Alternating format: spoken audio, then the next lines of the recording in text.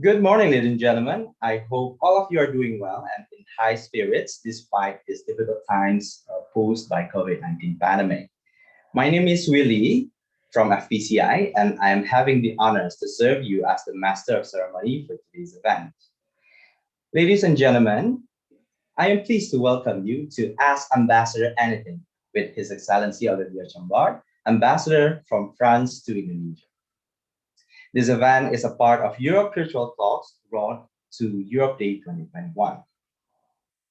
Ladies and gentlemen, Europe Day is a celebration of peace and unity in Europe that is celebrated on the 9th of May.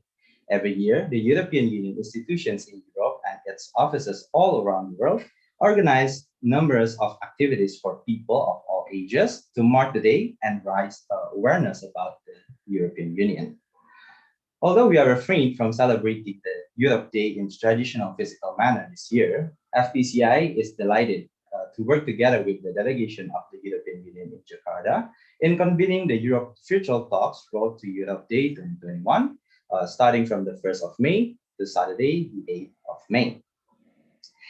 This series will act as a platform for Indonesian public to directly interact and converse with ambassadors or representatives of 10 European countries to gain further knowledge and insights about Europe, the EU, and its member states. Today, we are joined by His Excellency Olivier Chambard, Ambassador of France to Indonesia. Ambassador Chambard has prepared a very special presentation for us and is ready to answer any questions from you. Bonjour, Ambassador. I hope you are doing well. Ladies and gentlemen, today we are also joined by hundreds of people from FPCI university chapters across Indonesia and also the general public who are tuning in live on YouTube channel of FPCI Secretariat. Thank you for participating and welcome everybody. Ladies and gentlemen, before we move further, we encourage all of our audiences to stay tuned until the end of this virtual talks, because we are going to have a quiz where you can win interesting prizes from the European Union. The quiz will be held on Kahoot game platform, and please allow me to guide you on some important instructions so that you can be prepared to join the quiz. The first instruction, please prepare a second screen or second device to join the game. To play, please visit www.kahoot.it. Once again, that's www.kahoot.it via your internet browser. I will then be announcing the game pin so that you can join the game. Afterwards, ladies and gentlemen, please put on your order confirmation number as your nickname. So instead of putting your real names, your display name should be the unique order confirmation number that you get from the draft. Your order confirmation number can be found on your ticket and should look like this. The order confirmation number can also be found in the email sent to you upon registering to our event and should look like this. Once again, your nickname shall be the order confirmation number on your ticket and on your email sent by it. Furthermore, ladies and gentlemen, we also encourage you to share your moments with us talks by tagging @FBCindo and @uni_Eropa by using the hashtag EU4U and hashtag Europe Day 2021. We also encourage you to ask Ambassador Chambard anything via our YouTube live chat box. Our committee will pick out the best questions and I will be reading out the question to Ambassador Chambard.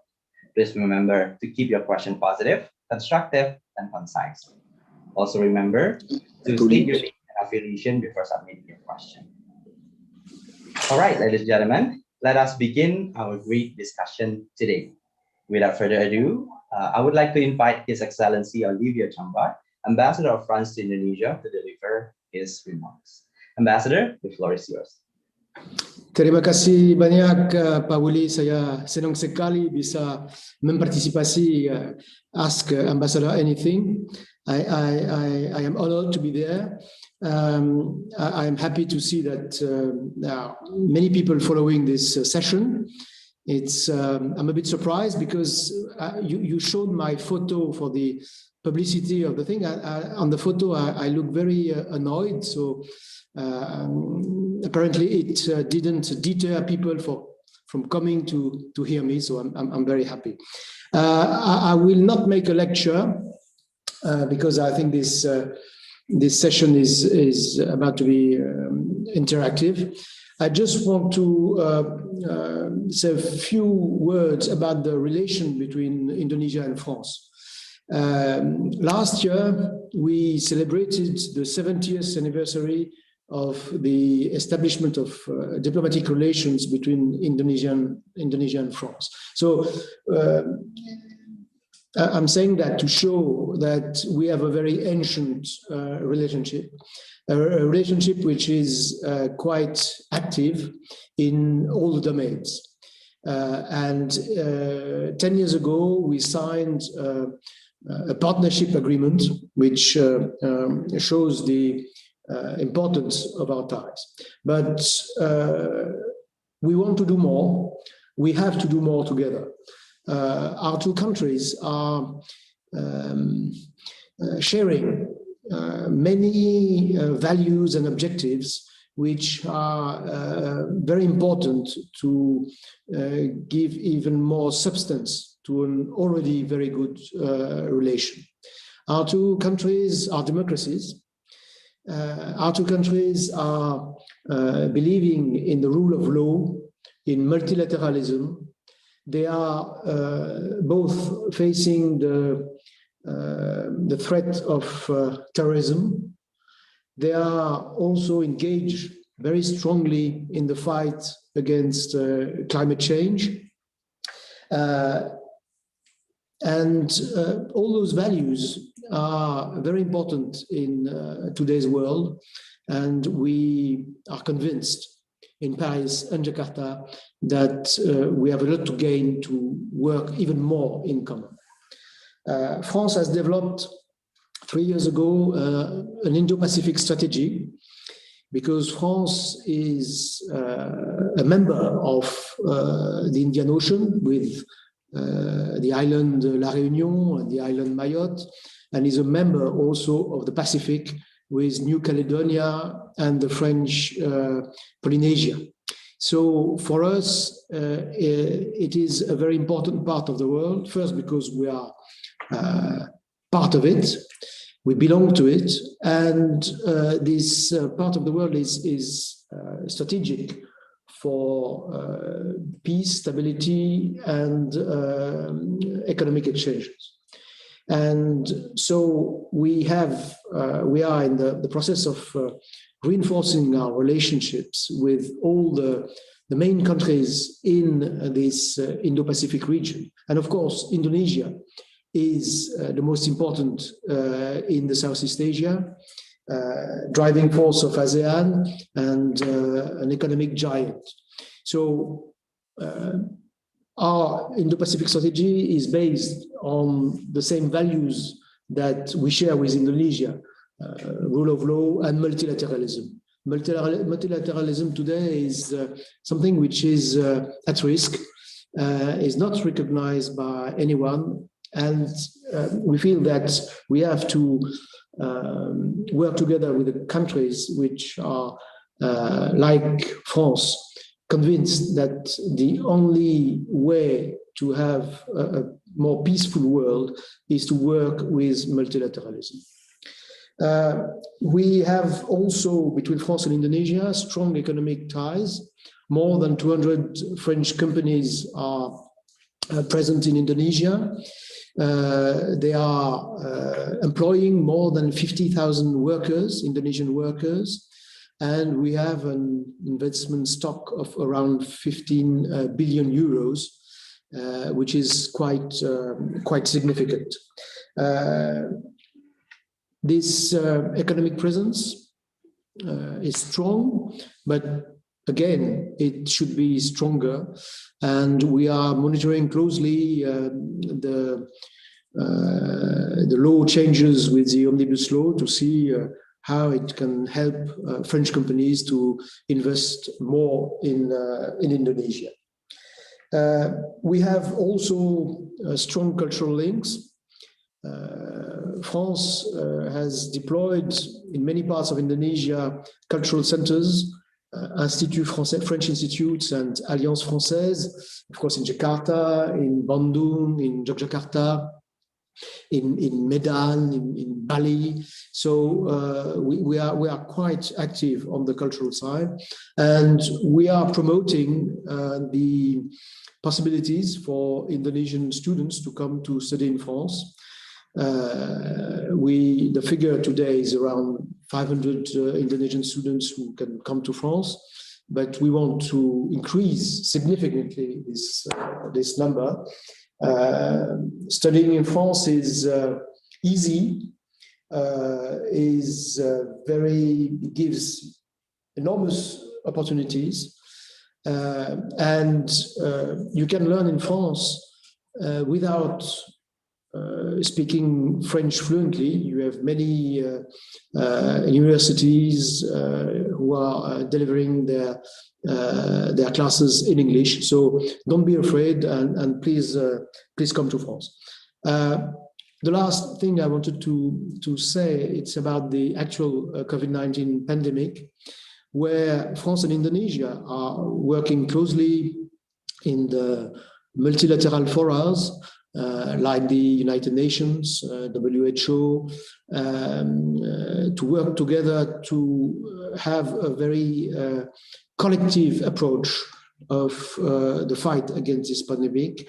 And France and Indonesia, inside the COVAX facility, are really driving forces, because we think, both countries, that nobody is safe while you have some countries which are not involved in the vaccine program. So we have really the same vision.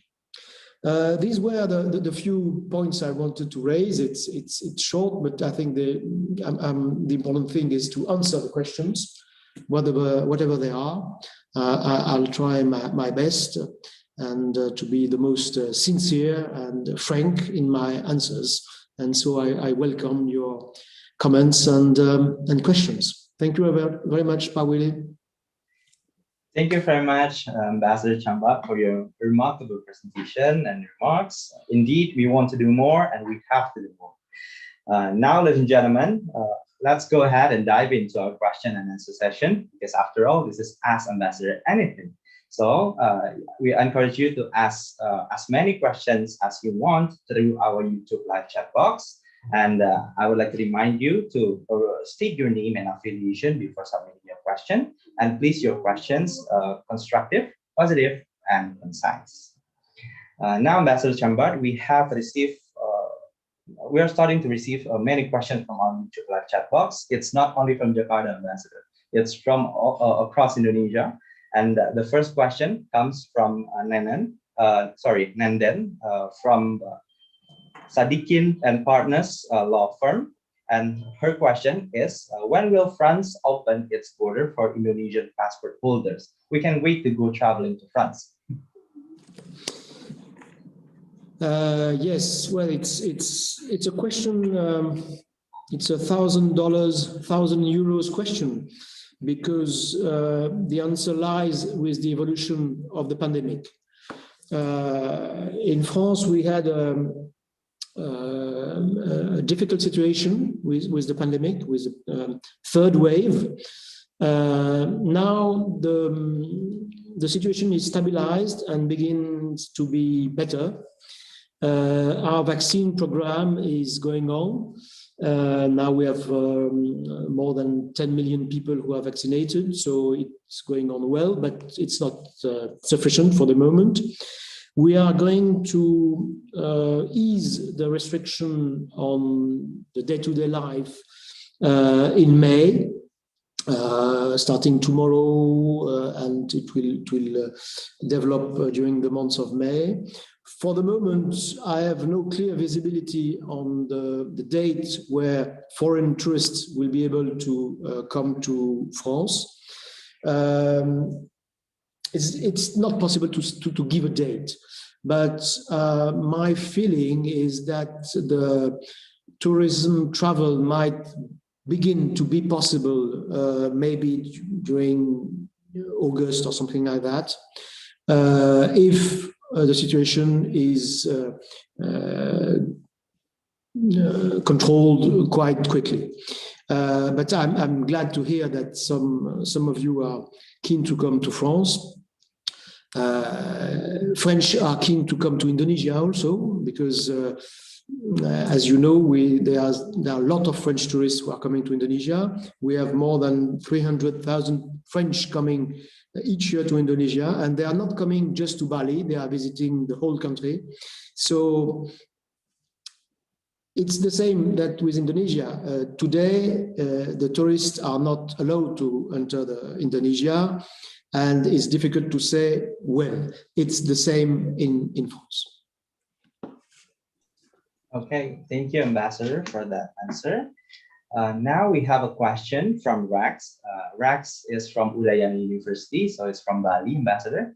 His question, to start the day, I'd like to ask you, what does Europe Day means to you? And what will you do during this special day? Well, Europe Day reminds us that Europe is bringing a lot to Europeans. Because sometimes we look at Europe, even in Europe, as something which is big, very active, but we sometimes fail to remember why we did create the European Union. You have to remember that Europe had 2 world wars in the last century, the First World War and the Second one.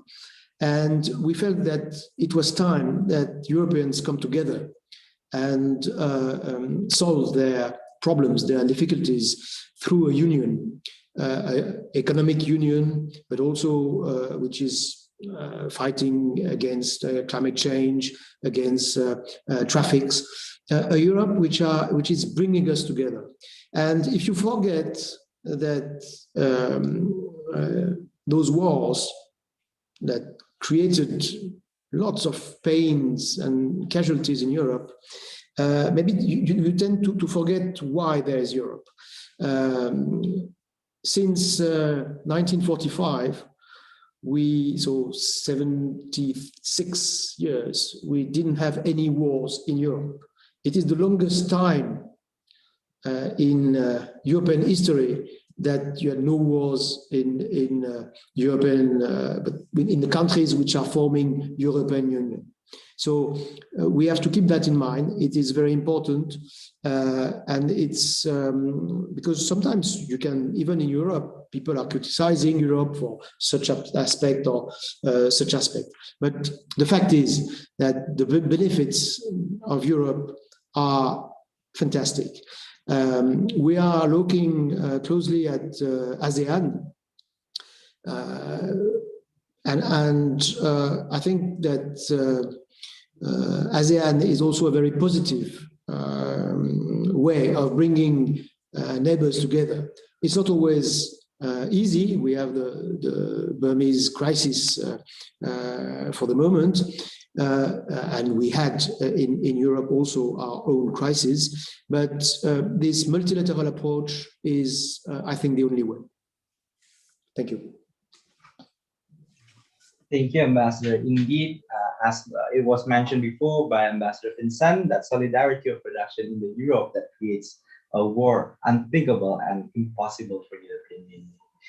Now, Ambassador, we have another question from Nabila from Universitas Erlangga Surabaya.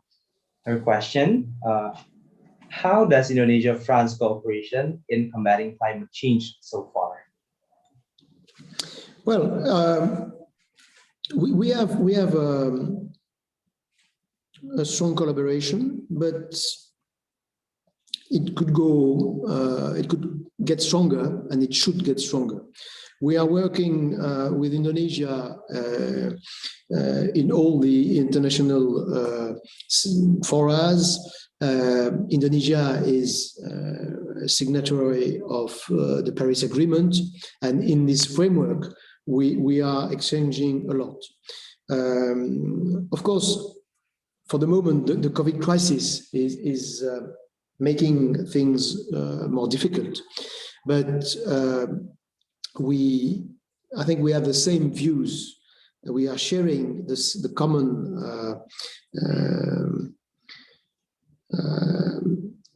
fear about what could happen if we are not reacting quickly.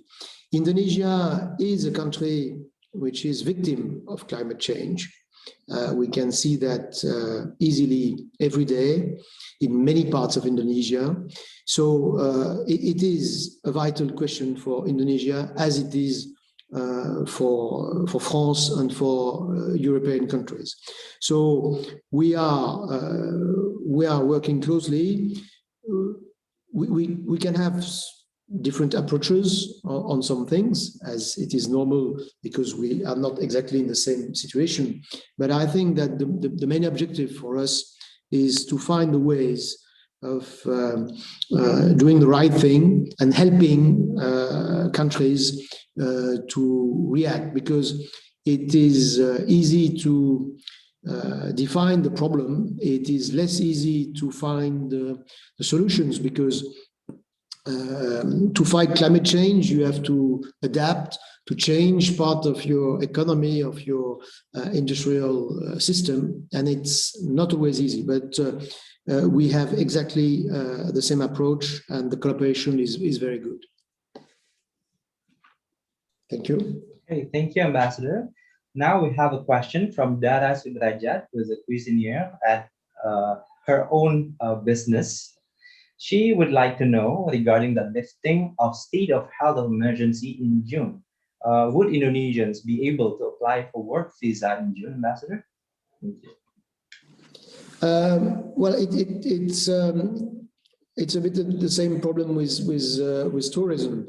For the moment, France is not open except for students, where we have maintained the possibility for foreign students to come. For working visa, for the moment it's not open, but we hope that it's going to be the case during summer. But I'm sorry, Mohon Maaf, I cannot give an exact date. Okay, Ambassador. Now we have another question from Maharani Nurul. She is from Cilacap, Ambassador.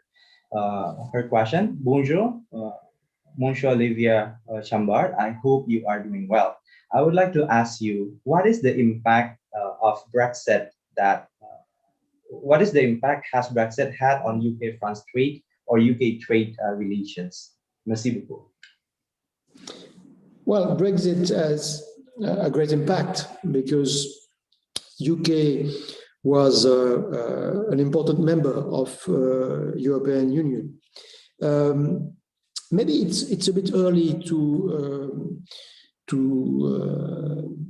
say exactly to comment the consequences. The only thing I could say is that well, it's not a positive thing for European countries, and it's even less positive for UK. Of course, any country is free to leave a group of nations, but I think that the reasons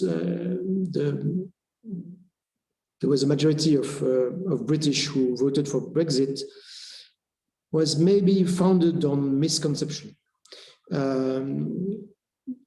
UK had a great influence in Europe. UK was not a founding member of Europe, but joined in the 70s and has its own view because it's an island, it's a country with a very old history, and they contributed a lot to what EU is now today. And in making so, it is strange that after influencing Europe, they decided to leave, because I think that they will lose in terms, not only in economic terms, in financial terms also, because the fact that London was a key place for financial transaction might not be the case in the future because of the Brexit. And not to take too long on that, but the idea that you are stronger being alone in today's world seems a bit strange. Thank you.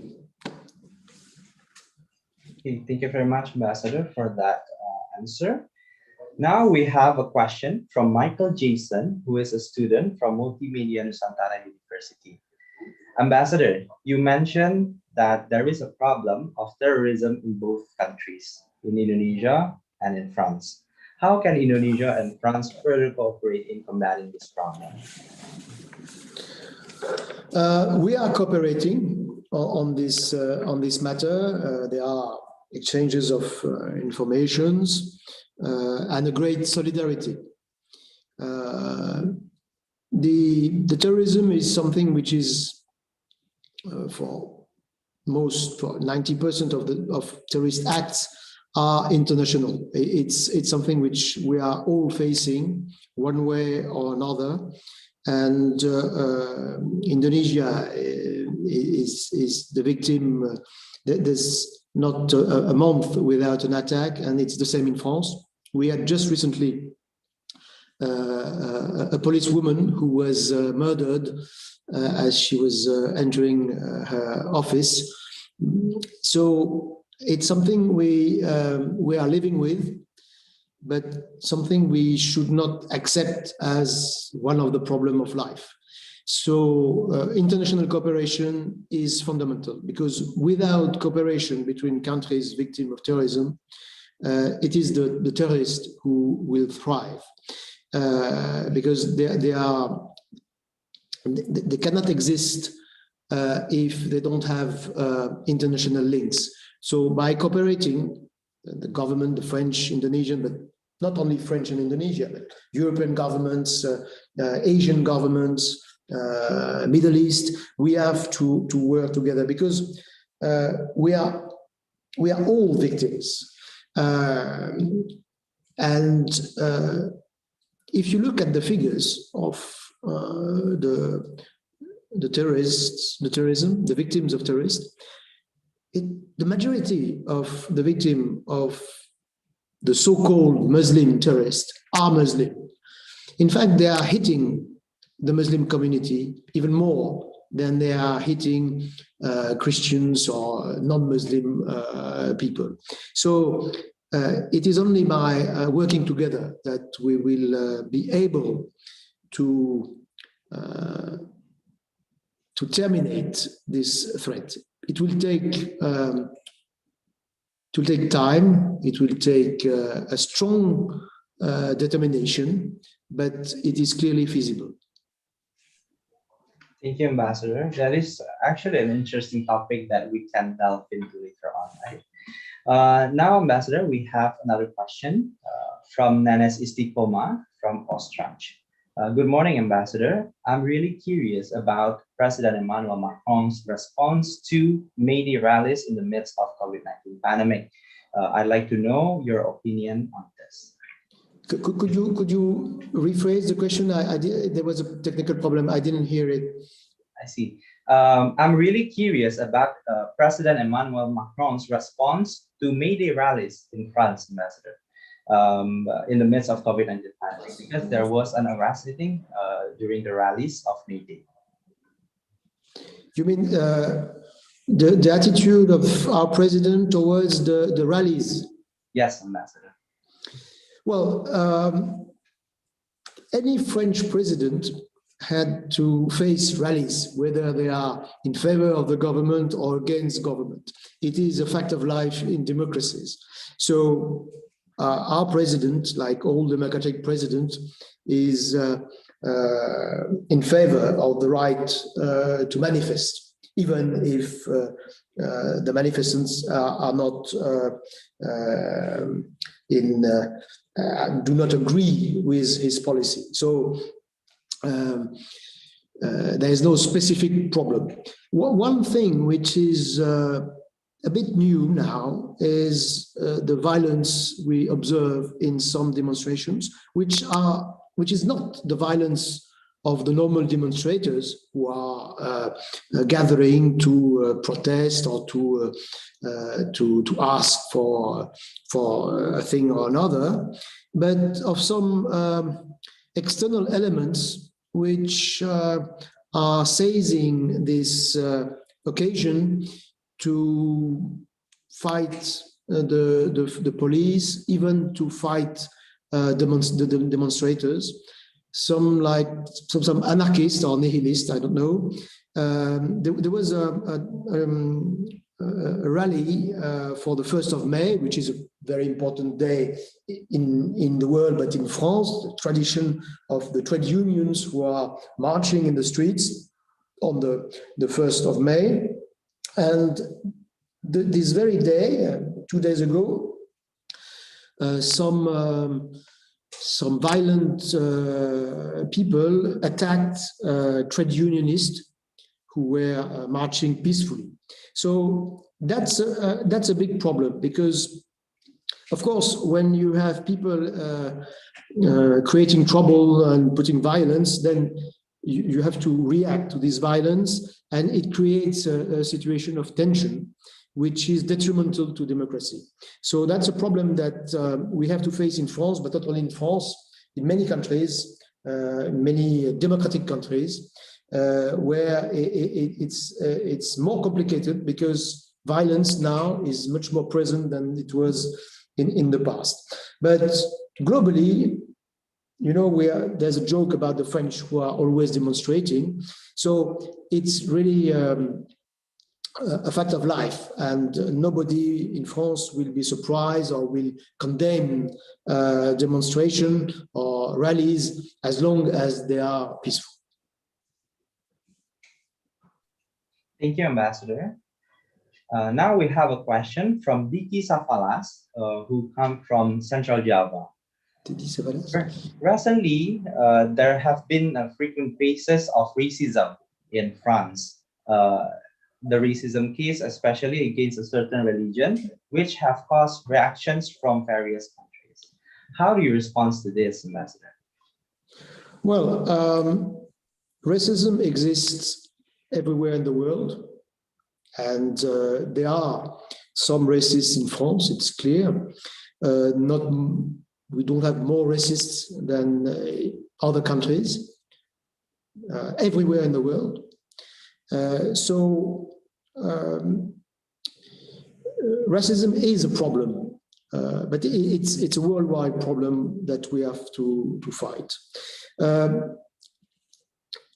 I think in the question there was maybe, but it was not very clear, the fact that there would be some racism against Muslim, if I understand the question, but I'm not sure it's the case, but it gives me the opportunity to say a few words on that subject.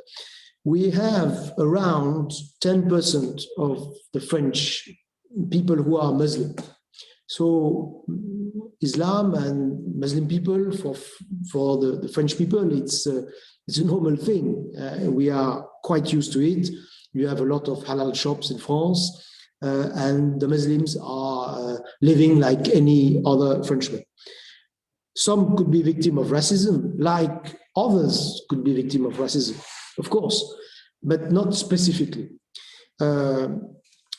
The problem sometimes it's the confusion when the French government or the French declaration against the so-called Islamic terrorism, where of course those terrorists are claiming to be representing the Muslims. In fact, as I was saying before, they are killing Muslims everywhere in the world. So the French government is clear about the necessity to fight this terrorism and to fight against radicalization that could bring to lead to terrorism. So you should not make a confusion between a strong position against terrorism, against radicalism, and the fact that in France, Islam is a totally respected religion. We live in a secular republic which recognizes all religion. Secularism in France is protecting the religion because the principle that there's not a state religion, but there are many religions, and all those religions could and should exist peacefully. Thank you, Ambassador, for that remarkable answer. Now we have a question from Patricia from UPN Veteran Yogyakarta. Her question, as you have mentioned before, Ambassador, France would like to increase the number of Indonesian students who can study in France. May I ask through what mechanism? And it also corresponds to the question from Ladeva from Universitas Brawijaya Malang. Is there a plan for France and Indonesia on providing full ride scholarships for undergraduate students in Indonesia to study in France, Ambassador? Yes, there are scholarships. There are scholarships given by France, but there are also scholarships given by the Indonesian educational system. So you don't look only at the scholarships given by the French government, but also by your own system. So we are working on that. My advice is that you should go on the internet website of the French Institute and or going to Campus France, which is the office in the cultural section of the French Embassy, who is helping the students who want to go to France for study. But if you just type, I want to study in France, you're gonna have that. And on the panel behind me, you have some website addresses that those who are interested can follow.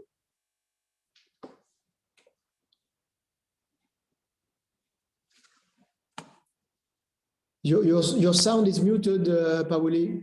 Oh yeah, thank you, Ambassador. Now we have a question from Wahyu. He is from UIN Jakarta. Dear Ambassador Chambard, I wonder, do you think, is there any improvement that needed to be done regarding Indonesia and France diplomatic relations?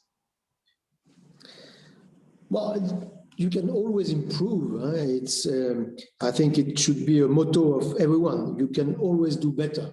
So my objective as a French ambassador is to really help and push towards more dense relationship. Of course, with COVID, it was difficult to multiply the bilateral visits, but we had a visit of our trade minister who came in December in full COVID period, which is a sign of our willingness to develop our relationship. But we can do better, and we should do better. I think the only way is multiplying our contacts, and in particular at political level. So I hope that we're going to have some bilateral visits of high level, which will give a good example of all the stronger cooperation we can do together. Okay, thank you, Ambassador. Now we have a question from Mahsa Kaulika from FPCI chapter Universitas Muhammadiyah Yogyakarta. Since you already mentioned France's diplomatic relations with Indonesia in terms of economic and education, what about France-Indonesia relations in health sector, Ambassador? Yes, good question. a few days ago, there was a video conference between our two health ministers, Aboudi and Mr. Olivier Véran, the French health minister. We have two domains. The first is the fight against the pandemic, where France and Indonesia are working together in UN, in the COVAX scheme. So it's a very active and efficient collaboration. But we have also bilateral cooperation, because Indonesia has started a few years ago a social cover for workers, and we have a huge experience in France for the social security, and we are working together to see how we could exchange good practices and help each other. So the cooperation is, of course, very strong on COVID-19, but it's also on other health subjects. And I'm sure that as soon as possible, Aboudi will come to France. He's a permanent guest, and I'm meeting with him regularly. And I will tell him, I'm seeing him tomorrow, I will tell him that a lot of students are asking him to do more with France. Sure, Ambassador. Thank you very much. Now we have a question from Olivier from London School of Public Relations, Jakarta. Ambassador, New Caledonia is on the brink of secession from France and campaigning for a successful third referendum. How does France respond to this? Mr. Olivier, we have the same name, in fact. Well, first, there's no question of secession, as you put it. There are in New Caledonia some political forces who are in favor of the independence of Caledonia. It is an ancient story, and in the 70s, the 80s, there was a very tense situation in Caledonia. But there was an agreement between the political forces and the French government in Caledonia to have a process. So we had two votes about the potential independence of New Caledonia, and during those two votes, the majority voted against independence. There's going to be a third vote. It's all part of the process which was decided a long time ago, and we will see. But there's no problem as such. So there's a political process. If the outcome is a majority vote for independence, then New Caledonia will be independent. But it is a matter which is the responsibility of the people living in New Caledonia. So it is a process which is going relatively smoothly, as any political process, but there is no feeling that by the people who want independence that they are not heard. They are heard, and they have the possibility to express themselves. Thank you, Ambassador. Now we have a question from Tifa, who is the head of International Cooperation Subdivision of NCSA. Are there any possibilities for civil servants to be placed at the French embassy for a period of time, Ambassador? You mean Indonesian civil servant? I think yes, Ambassador. Indonesian civil servants to be placed at the French embassy. Please, Ambassador. Well, I'm not sure that it is legal for Indonesian civil servant to serve in a foreign administration. So I don't think so, but I don't know. I think that what could be envisaged is to have an Indonesian civil servant coming to France to follow a training where he could be trained together with French civil servant. Working in the French administration for foreigners, it's possible in the European, for if you are a member of the European Union, you can serve in some parts of the administration. But being a total foreigner, you maybe can have some training, temporary training. And I don't think the embassy is the good place, because the embassy is working on the relationship between the two countries, so it could be a bit awkward, to have this kind of exchanges. But training is possible, and in particular, diplomats can go to the French Ministry of Foreign Affairs. And by the way, when before Indonesia was member of the non-permanent member for 1 year of the United Nations Security Council, we had some two Indonesian diplomats who came to Paris and spent some time to get used to the work in the Security Council. So it is possible in certain specific aspects, but yes, she could write to us, and we could see with her or him. I don't know if it's a lady or a man, what exactly she wants. Thank you, Ambassador. And Tifa, I hope that answered your question. Now, Ambassador, we have a question from Anandito Pratama from Jakarta. What is the vision of France for the future of EU in the post-pandemic world? How does it impact the relationship between its members? Well, there is a plan, a European plan to help all the members economically with hundreds of billions of euros who are earmarked for economic development and for restoring the parts of the economy which were the most affected.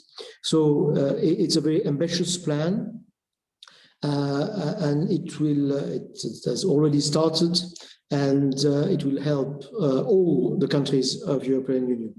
As I said before, together we are stronger than if we are alone, and it's clearly the attitude of the European Union to put together our resources to help.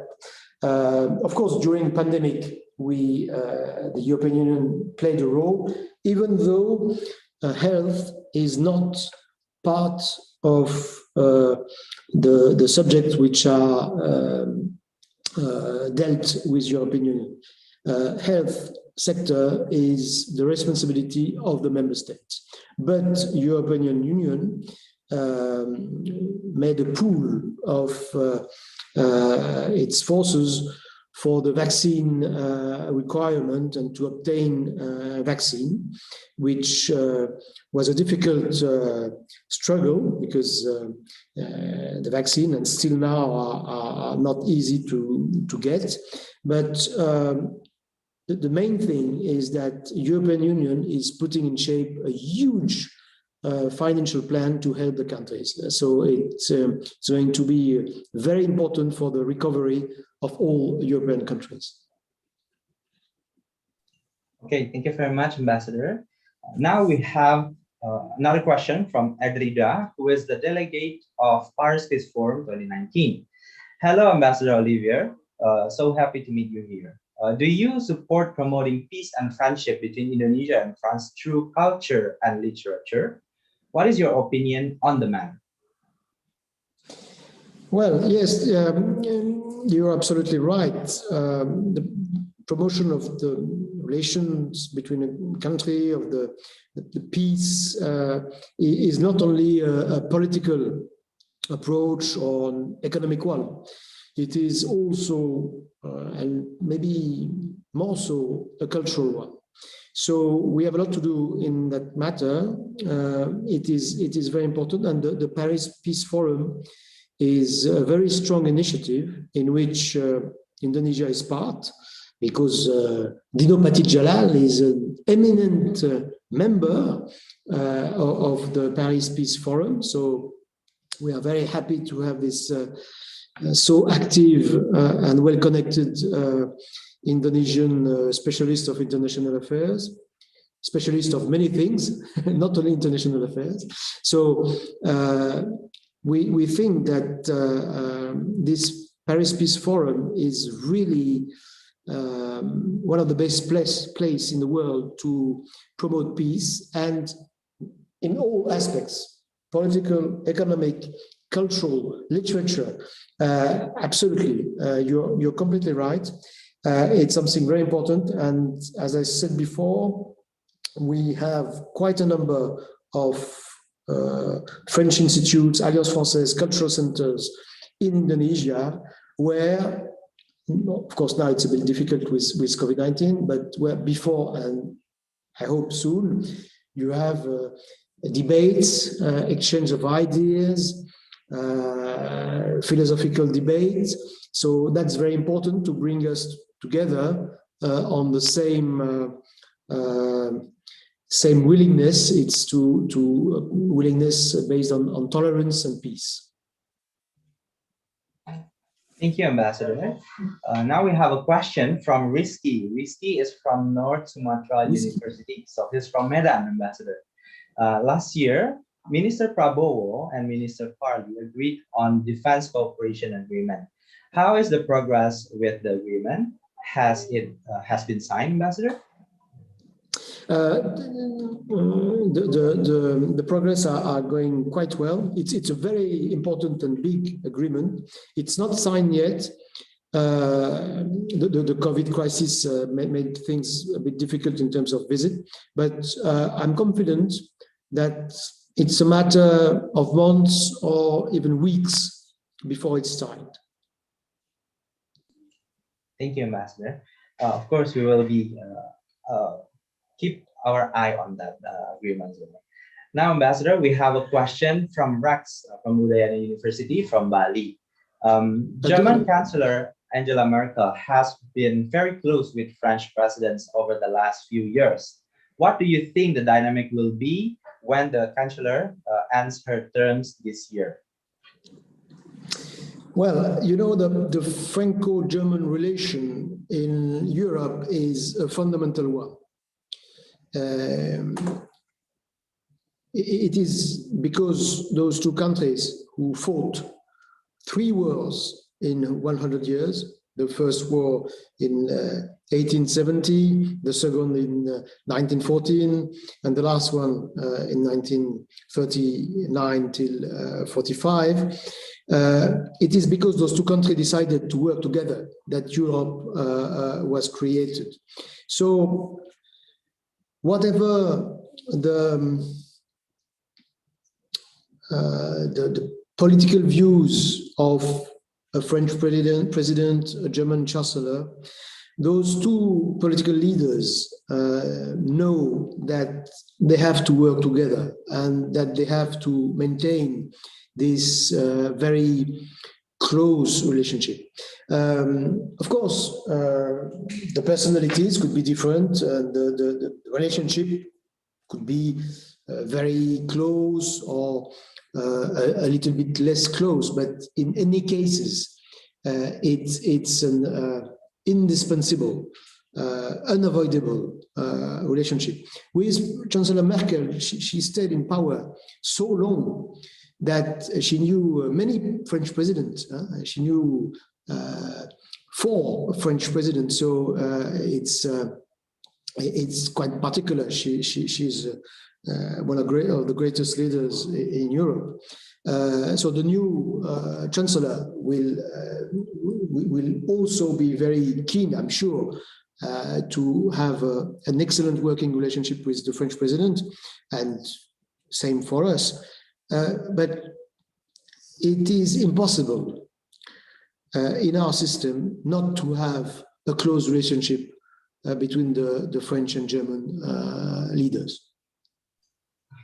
Thank you, Ambassador. Now we have a question from Fadil, who is a member of FPCI chapter Universitas Hasanuddin. So Fadil is from Makassar, Ambassador. How France can play its role in the European Union in providing assistance to countries that is hit hard by the pandemic? Well, we are one of the biggest contributor to the European budget.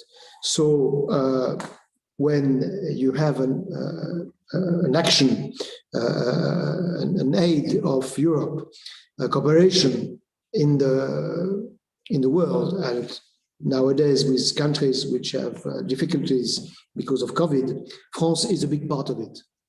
So it's, of course, we have France, our own development schemes, programs with the French development agency, which is very active. And in Southeast Asia, the French Development Agency invested more than 4 billion euros in the last 10 years to help development programs. So France is a very active part of when it is time to fix the objectives of the development strategy of European Union. So we are at the core center of the decision taken to help the countries affected by COVID, and Europe is very active. I'm sure that Vincent Piquet Saturday gave you some examples of what European Union is doing to help the countries, and particularly Indonesia. Thank you, Ambassador. Now we have a question from Wira from Bogor. His question is there a law in France that differentiates between violation for freedom of speech and blasphemy?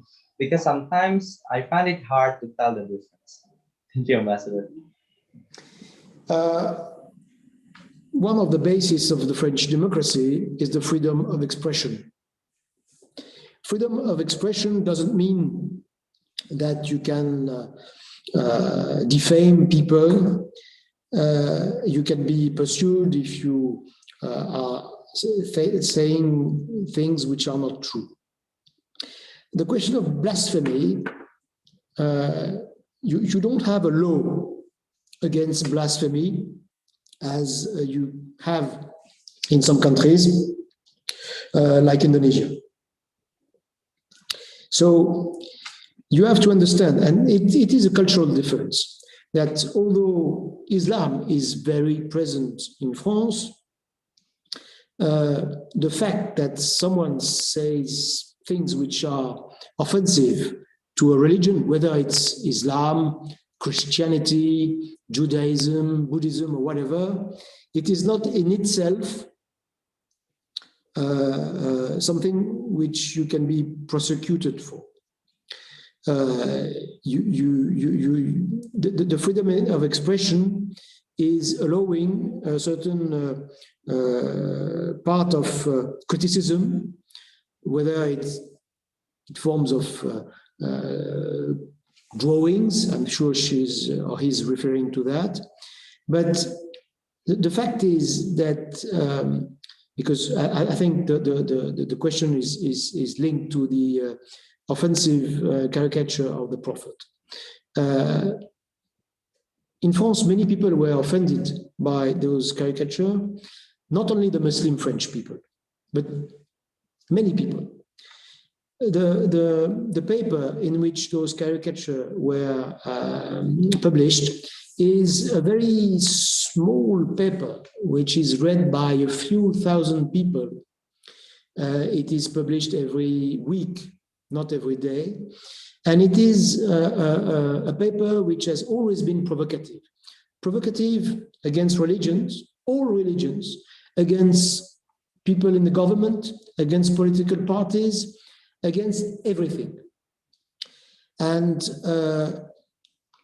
it's true that in France, you can be offended by something, but you will not prosecute because it's part of the freedom of expression. It is a tricky thing because this freedom of expression is a cultural thing which has been forged for hundreds of years, and you can have a different approach. But one thing I want to stress is that Islam in France is a religion which is the religion of millions of French people, which are having no problem for being following their religion, whether it's Islam or another religion, and that our system is protecting the religion. So I understand that some of this, the result of this freedom of speech could be misinterpreted. But you have to remember that in France, it is a great progress to be able, sometime in an offensive way, to criticize. Because when you cannot criticize, then democracy is at risk. And once again, these caricatures were a very, very minority thing in a very small paper, which had been publicized. And I must also say that those journalists, whether you like their work or not, many of them were killed by terrorists. So in France, for French people, they make a clear difference between a caricature, which is offensive, and French people are understanding the offensive-ness of this caricature, and many of them, large majority of them, are not approving those drawings.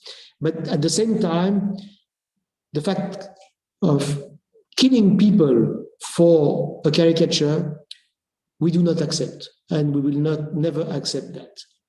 The human life is very important. So I'm not sure I've been very clear, but it's something very, very deep and important. And the only message I want to spread is that France knows Islam and respects Islam, and that the French Muslims are happy in France. Thank you for your answer, Ambassador. Now we have a question from Dafa.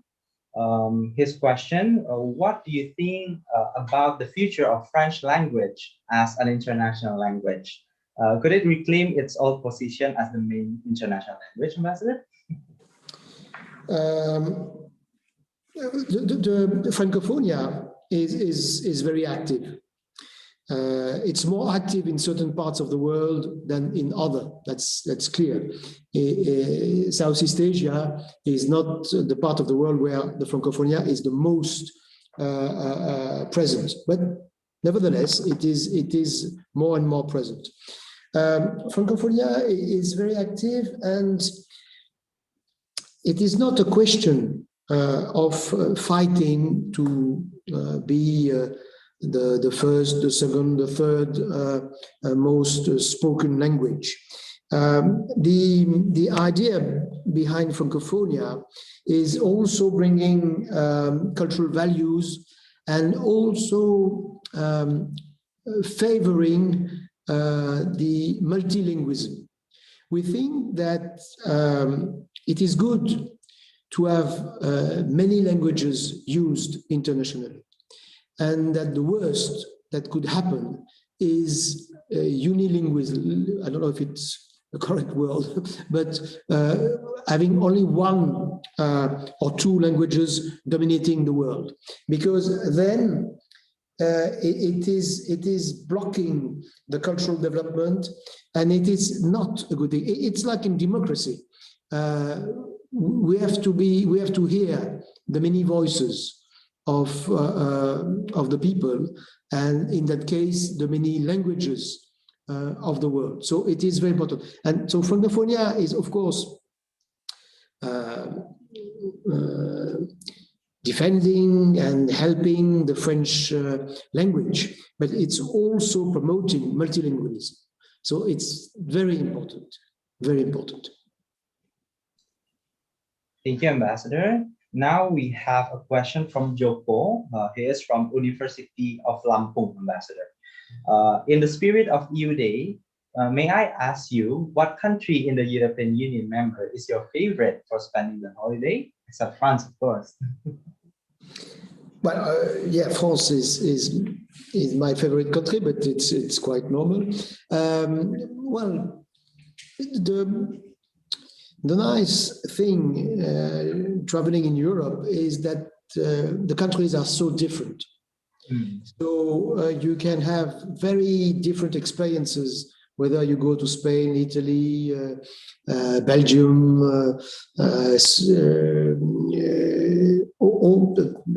Belanda.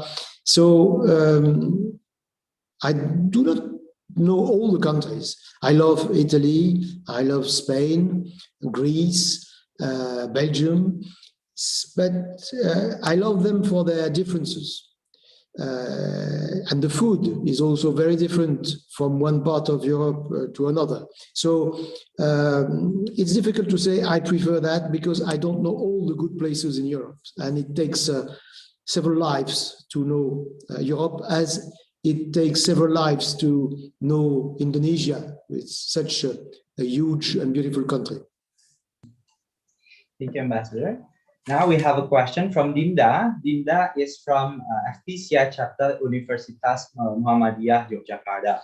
As France has innovated its maritime security engagement in the Indo-Pacific, is there any possibility of more maritime cooperation in the future between France and Indonesia? Please, Ambassador. Well, of course, that's our objective. That's our goal. We want to develop our maritime cooperation with Indonesia, whether on the blue economy, to have the freedom of navigation in the Pacific, which is so important in this essential part of the world in terms of transit of goods. We have also projects in working together with Indonesia in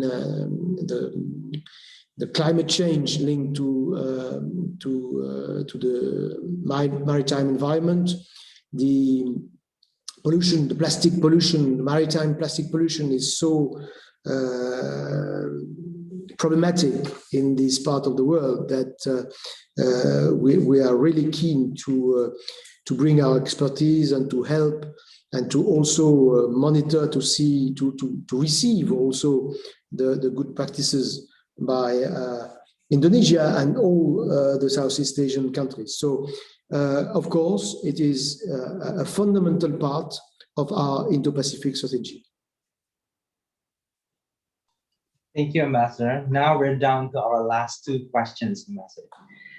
This is a question from Wisnu. He is from Lampung. What do you think about the issue of Indonesian palm oil? Is it possible to deal with it again? Mercy. Palm oil.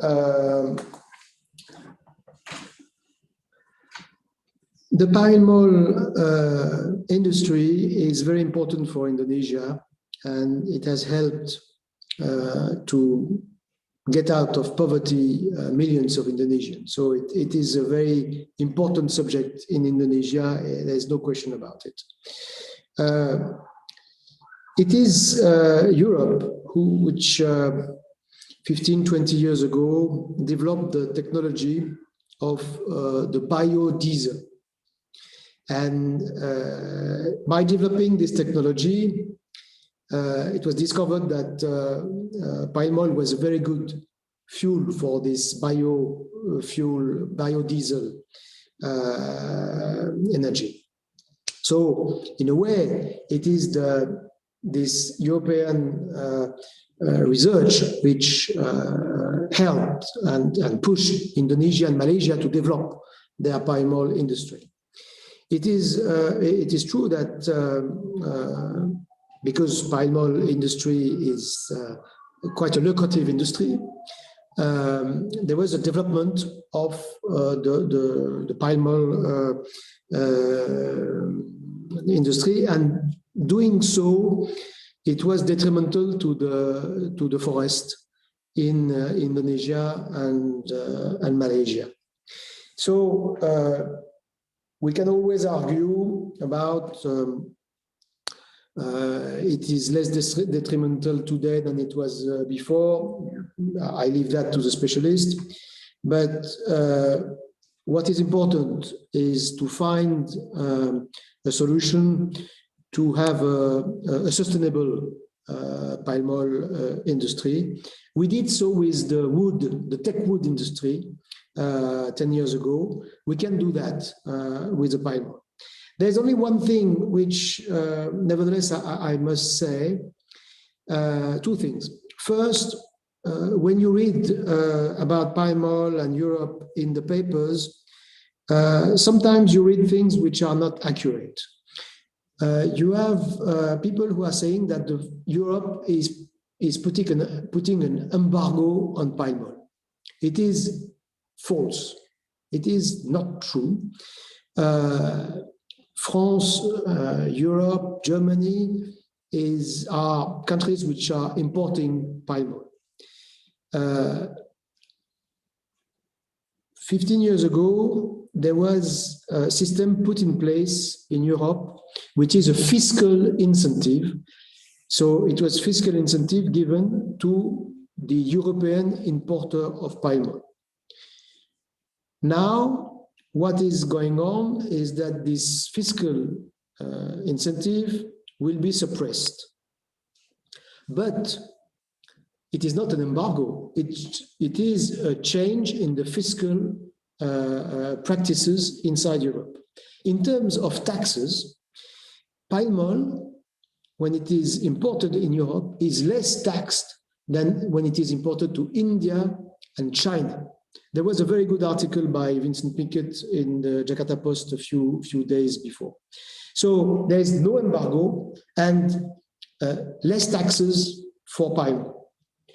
But one thing which is true, and something for the medium term, is that in Europe, and it is a question of public opinion, not of governments, the diesel, whether it is biodiesel or just diesel, will disappear from Europe. So because it is now we have many green policies in terms of fossil energy and also in terms of diesel.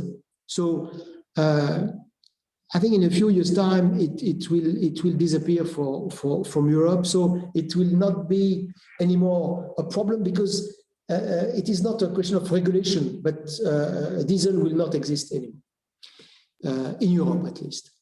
So to end that, I just want to say that we have to work together.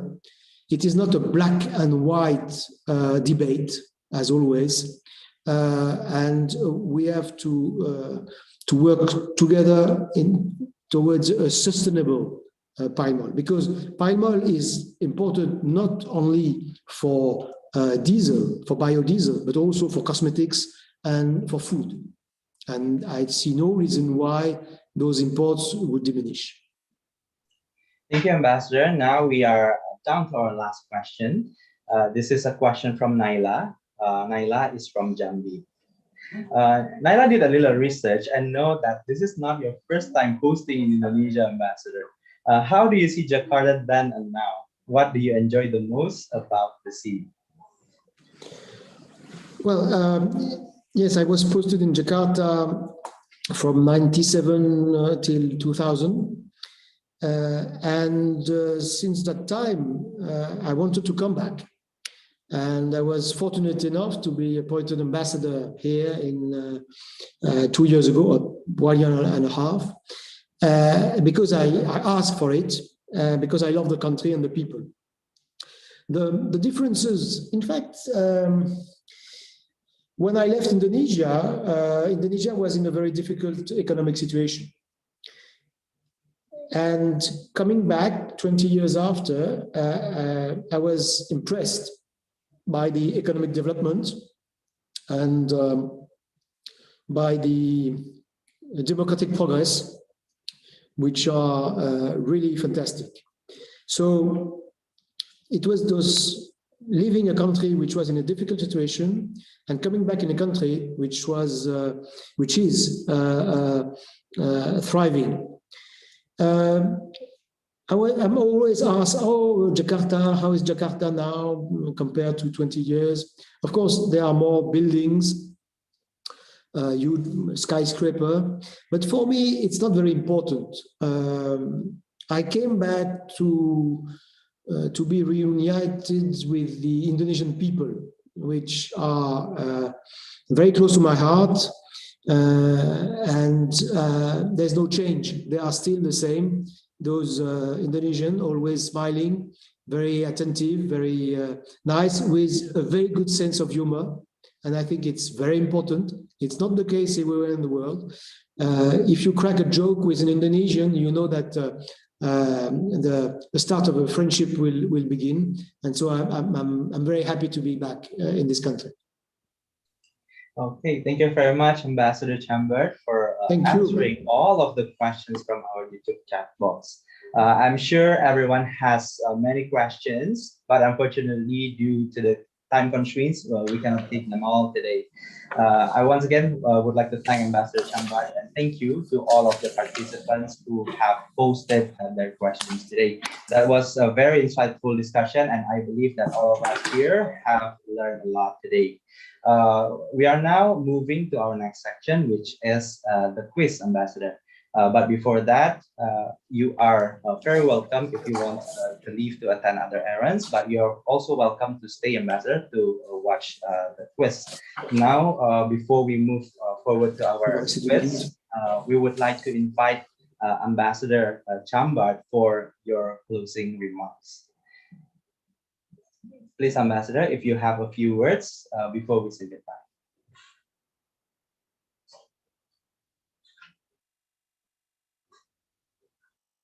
Once again, Ambassador, do you have a few words before we say goodbye, Ambassador?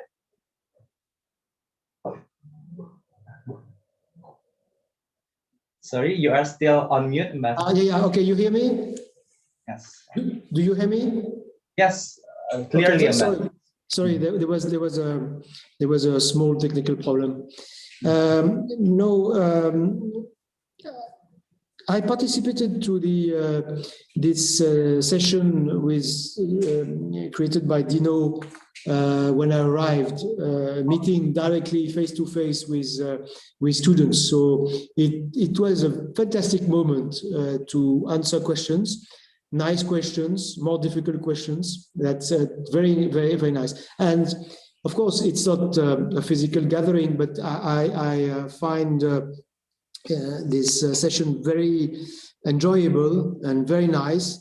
And I hope that you should do that twice a year at least. It's very nice. It's very good for us ambassadors to meet directly and to answer directly to these questions, which are not questions from fellow diplomats or from political figures, but from students who are thinking aloud and wanting to know what's happening in France. So it was an honor to have all those people asking questions. I hope I answered at least part of the questions, but I hope to do that again with FPCI, which is a very innovative, creative, and dynamic think tank. And thank you very much. Thank you very much, Ambassador. We hope you would stay healthy and successful in serving France in Indonesia. Au revoir, Ambassador. Merci. Now, ladies and gentlemen, we are moving to the quiz of Europe Virtual Talks. We'll be using the platform of Kahoot to do the quiz, ladies and gentlemen. It is very easy, but let me read out the instructions before we start. The first instruction, ladies and gentlemen, is to use a second screen or a second device to join the game. To play, simply go to www.kahoot.it and enter the game pin, which is shown in the display on YouTube. Let me read out the game pin for you. It's 6684416. Once again, it is 6684416. I encourage all of the participants to use their order confirmation number as their nickname. And the order confirmation number can be found on your ticket that is sent to you by Eventbrite. The order confirmation should look like this on your ticket, and it should look like this in the email that was sent to you from Eventbrite.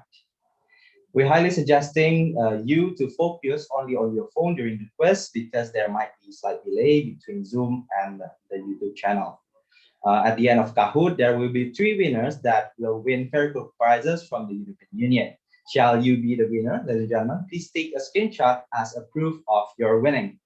And lastly, please contact our staff immediately after the quiz to claim your prizes by sending a direct message to our Instagram at FPCI. You shall provide us with your personal details and the screenshot of your winning. Once again, ladies and gentlemen, please join the game by using your order confirmation number as your nickname. Okay, now we have 22 people who have joined Kahoot. We will be giving some times to wait for more people to join. Okay. Once again, ladies and gentlemen, please use your order confirmation number as your nickname. And the order confirmation number can be found on your ticket and the email that has been sent to you upon registering to this event.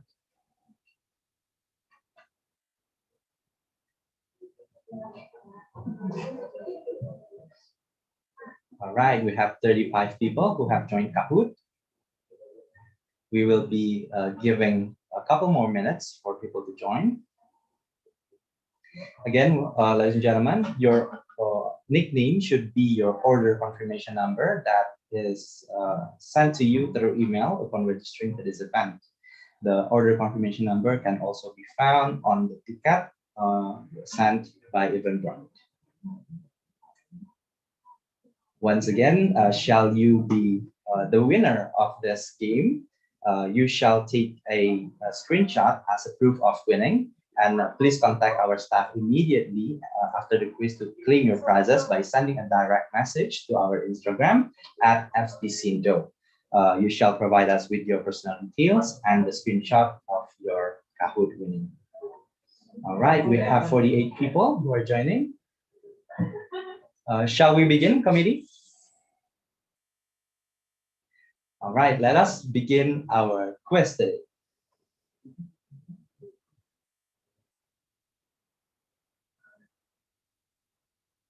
The first question, which one of these islands does not belong to French?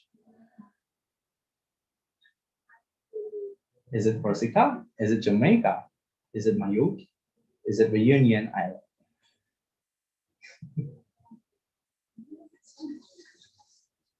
Three, two, one. And the answer is Jamaica. Wow, most of you answered correctly. Our second question. What is the most popular touristic site in France? Is it Arc de Triomphe, Mont Saint-Michel, Eiffel Tower, Chateau de Versailles? 3, 2, 1. All right, 48 of you answered correctly. The third question, who became emperor of the French Empire in 1804? Again, ladies and gentlemen, this is a game of speed and brain. So any one of you who answer the faster gets higher point. 3, 2, and 1. 29 of you answered correctly. It's Napoleon Bonaparte.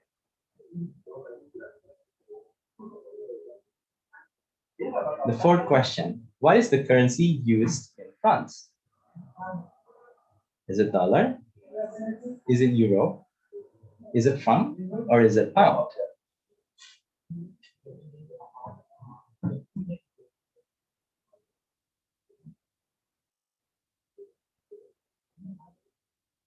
Yes, 43 of you answered correctly.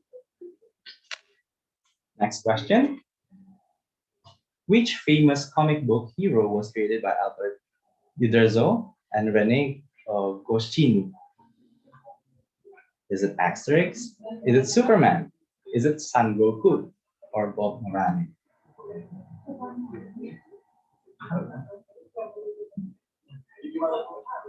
Three, two, and one.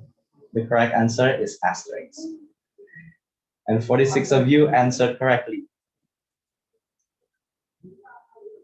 Next question. Which museum was the most visited museum in the world in 2019? Is it Picasso Museum? Is it the National Museum of Modern Art, the Louvre Museum, or Center of George Pompidou?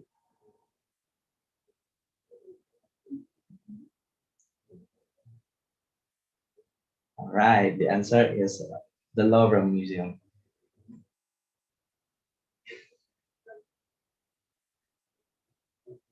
Our second to last question. What is the iconic traditional specialty of Burgundy region? Is it pizza, sucré, yeah, poilu, or beef bourguignon? 3, 2, 1. All right, 34 of you answered correctly. Now we're down to our last question, ladies and gentlemen. What is the most watched sport event in the world? I'm sure all of you know this answer.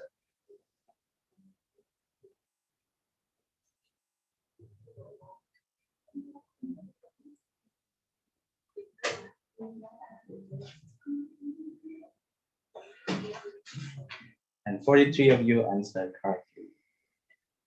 Now, ladies and gentlemen, these are the three numbers or the three people who have won our quiz today. Ladies and gentlemen, shall you be the winner? Please take a screenshot of this Kahoot as the proof of your winning. I once again remind you to please contact our Instagram DM immediately after the quiz to claim your prizes. Kindly provide us with your name and phone number, and as well as the screenshot of your Kahoot winning for verification purposes. Ladies and gentlemen, and with that, we have come to the end of our quiz, and I say congratulations to all of the winners. Ladies and gentlemen, we finally have come to the very end of our session today. I thank you so much, Ambassador Olivier Chambard, for your bravo for all. Yeah, thank you very much. Results. Thank you, Ambassador. And on behalf of FPCI, I would like to extend our gratitude to the French Embassy in Indonesia, the delegation of European Union to Indonesia, and to all of the audiences on YouTube who have participated today. I would like to remind everyone that we will still have several Ask Ambassador Anything session, which is part of the Europe Virtual Talks Road to Europe Day 2021. This afternoon, ladies and gentlemen, we will have Ask Anything session with Mr. David van Lier, who is the Deputy Head of Mission of Embassy of Belgium in Jakarta at 2 p.m. And tomorrow, ladies and gentlemen, we will have His Excellency Benedetto Latteri, Ambassador of Italia to Indonesia at 10 p.m. and Mr. Piotr Frles, who is the Charge of the Affairs of Embassy of Poland to Indonesia at 2 p.m. For more information about the event and to register, please visit bit.ly/EuropeVirtualTalks. Once again, it is bit.ly/EuropeVirtualTalks. Ladies and gentlemen, thank you very much for your participation today. We hope to see you again at our future events. Happy Europe Day!